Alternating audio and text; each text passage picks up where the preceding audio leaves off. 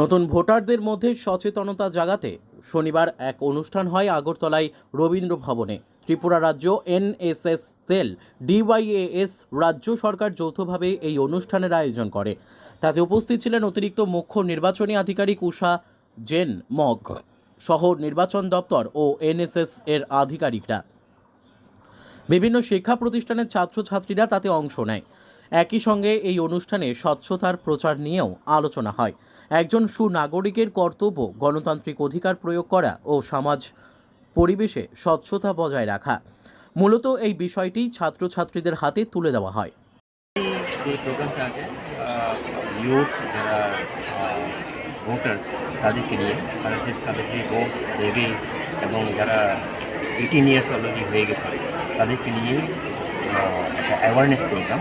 এখানে বলা হচ্ছে যে I M a smart voter, I vote for sure, I vote for democracy, এসব ধরনের তাদের যে স্লোগানগুলি থাকবে এবং তারা যে বুঝতে হবে আগামী দিনের স্ট্রঙ্গার ডেমোক্রেসি হিসেবে এগুলি খুবই দরকার। এবং কমিশন চাইছে যে তাদেরকে এইসব ব্যাপারে আমরা যাতে অ্যাওয়ারনেস নিয়ে এরকম তো মানে অনুষ্ঠান করার পর মানে ভোটাররা কতটা হবে মানে আমরা আশা করছি সেখানের মধ্যে যে এই যে আমাদের আইসিএ ডিপার্টমেন্ট থেকে উদ্যোগে যে প্রোগ্রামটা আছে আজকে হচ্ছে সেটা অবশ্যই যে ইয়ংস ভোটার্সের মধ্যে ওদের ইজ বয়েজ আর গার্লস তাদের মধ্যে একটা উৎসাহ দেবে এবং তারা বুঝতে পারবে যে ডেমোক্রেসি কেন, ভোটিং রাইটটা কেন এবং কেন আমরা ভোট দেব।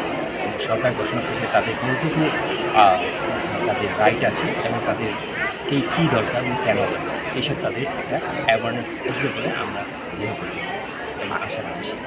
আগরতলা মানে বাদে কি অন্য কোনো মানে জায়গার মধ্যে এরকম অনুষ্ঠান করার কোনো আপনাদের? হ্যাঁ, অ্যাকচুয়ালি সেটা বলতে গেলে পরে সুইপ আপনারা নিশ্চয়ই শুনেছেন, সুইপ প্রোগ্রাম।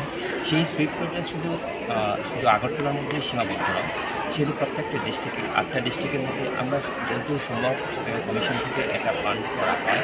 সেই ফান্ডের মাধ্যমে সেটা ব্যানারের মাধ্যমে, সেমিনারের মাধ্যমে, কনফারেন্সের মাধ্যমে অথবা র্যালি টেলির মাধ্যমে সেখানে সুইপ প্রোগ্রাম সম্পন্ন করা হয়ে থাকে।